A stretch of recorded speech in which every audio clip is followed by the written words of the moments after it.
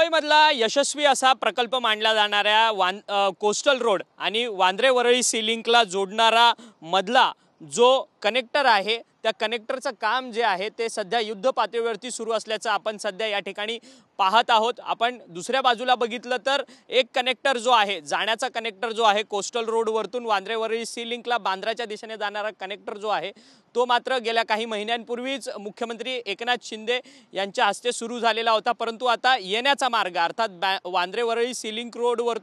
C link वरतून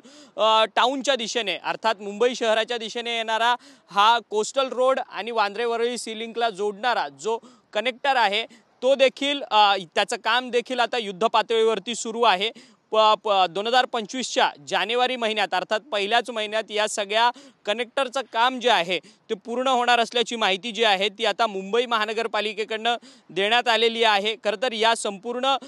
काम जे आहे ज्या कनेक्टरचं काम जे आहे ते हवामानामुळे रखडलेलं होतं। गेल्या अनेक दिवसांपासून हवामानामध्ये बदल होत होते, त्यामुळे ह्या संपूर्ण कनेक्टरचं काम जे आहे ते रखडलेलं होतं, परंतु हा संपूर्ण 60 मीटरचा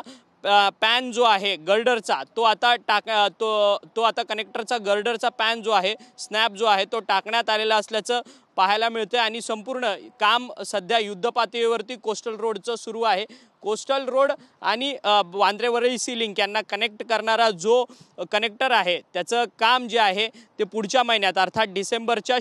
शेवटपर्यंत पूर्ण होणार आणि 2025ला जानेवारी महिन्यामध्ये पहिल्याच महिन्यामध्ये मुंबईकरांसाठी कोस्टल रोड आणि वांद्रे वरळी सी लिंकला जोडणारा जो कनेक्टर आहे तो दोन्ही बाजूने खुला करण्यात येणार आणि संपूर्ण कोस्टल रोडचं काम जे आहे ते आता 100% थोड्याच दिवसात पूर्ण होणार असल्याची माहिती जी आहे ती महापालिकेकडून देण्यात आलेली आहे। व्हिडिओ जर्नलिस्ट चरण मार्गमसह अक्षय मंकणी, TV9 मराठी, मुंबई।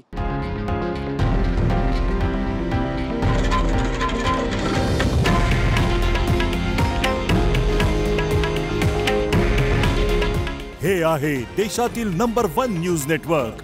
आणि आपण पाहत आहात TV9 मराठी। काळजी तुमची, हित महाराष्ट्राचं।